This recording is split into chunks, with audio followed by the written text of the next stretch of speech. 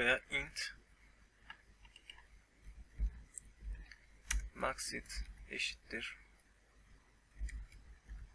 hit sprites dot length artı 1 yazıyorum.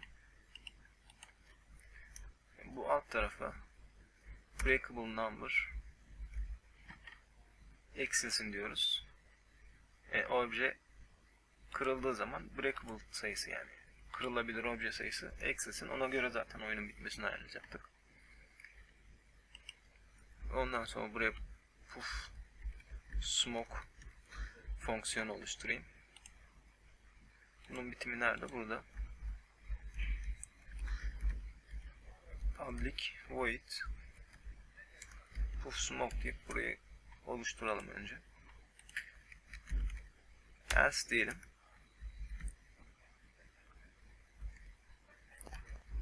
Load sprite yazalım buraya da. Bunun alt kısmında bir tane daha load sprite fonksiyonu oluşturacağız.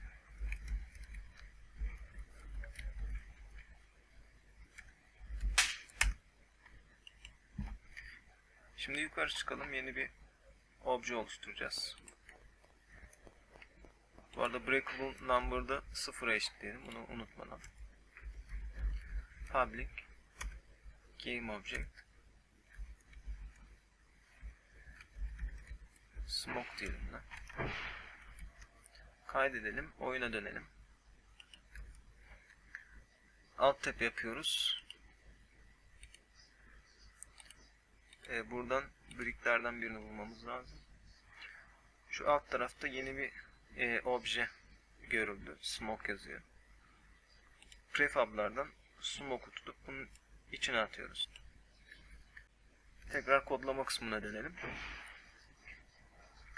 Şimdi bu puff smoke kodlamasını yapacağız. Game object smoke puff diyeyim ben bunu. Yeni obje oluşturdum. Instantiate fonksiyonu kullanacağız. Smoke transform position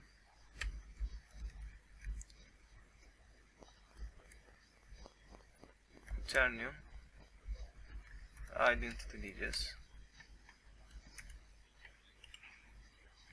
Şurada bir şey unuttuk. S game object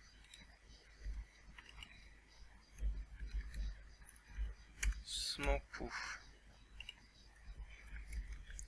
get component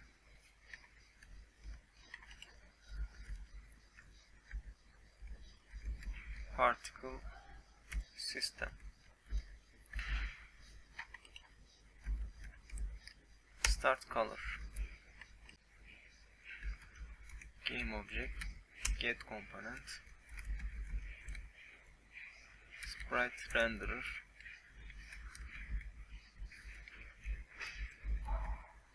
color olacak.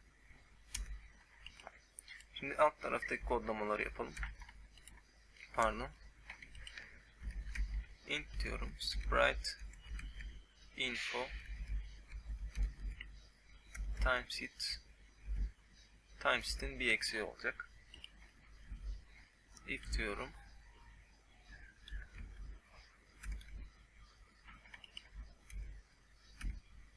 Hit sprites sprite info null değilse, yani içi boş değilse,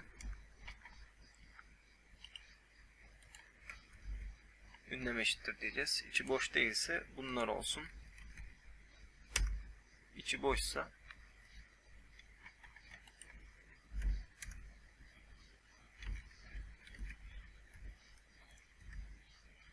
bize uyarı versin diyeceğiz.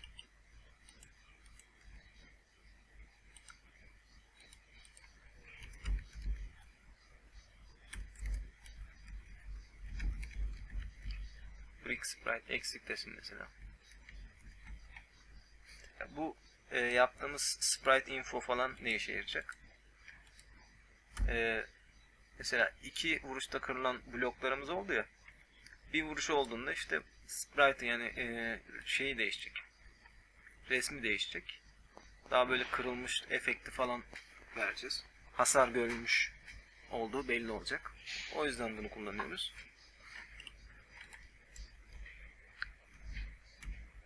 This game object get component sprite renderer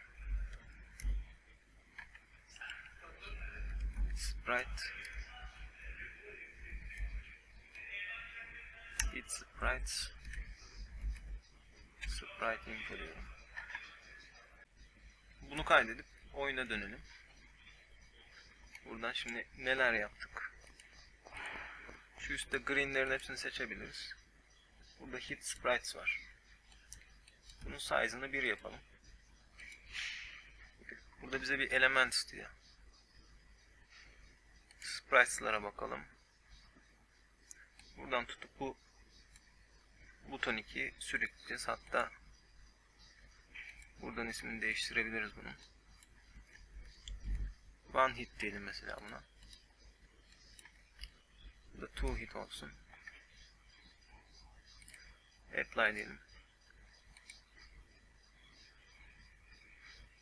Bu şekilde yerleşti. Oyunu bir başlatalım. Bakalım neler değişti. Şu an autoplay modunda. Durdurayım pedal'dan. Autoplay'i inaktif ettim.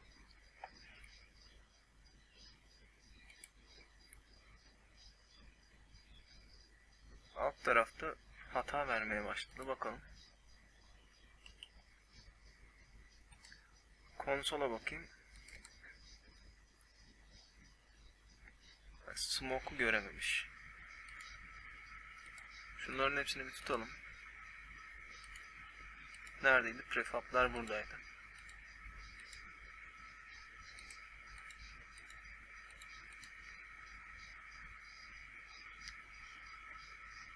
Şu smoke'u atalım buraya. Oyunu tekrar başlatalım.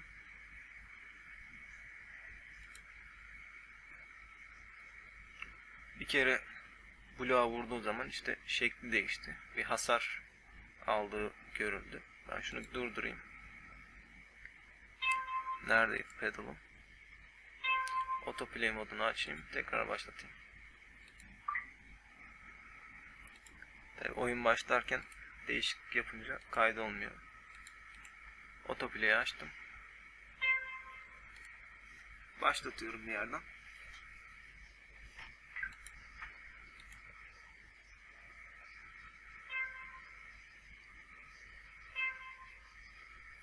Bunu breakable yapmamıştık şu beyaz olanı. Diğerlerinde smoke'lar görünüyor. Üstteki yeşillerin 2 kere vurma hakkı vermiştik. Bir kere vurduğu zaman sprite'ı değişiyor. Grafiği değişiyor. Hasar aldığı belli oluyor. Şimdi bakalım ikinci vurduğu zaman ne olacak? Yeşil bir smoke olması gerekiyor. Sarılarda zaten sıkıntı yok. Sarı renkte smoke oluşuyor. Yeşilde de yeşil şekilde smoke oluşuyor. Bu şekilde blokların işte bir vuruşta bu kırılıyor, 2 vuruşta bu kırılıyor. Kırıldığı zaman smoke oluşuyor falan gibi. Biraz daha oyuna hareketlilik kattık. Şimdi bu greenlerden birini seçip tekrar kodlamaya bir dönelim.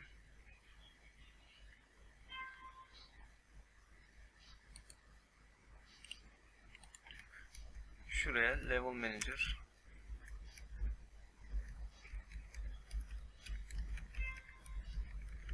brick destroyed yazalım.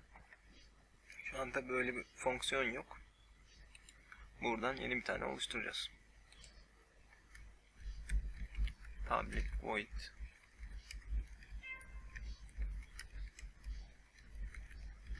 brick destroyed dedim mi? Buradaki hata hala var mı? Gitti. Brick destroyed. If diyeceğiz buna. Brick küçük eşittir 0 ise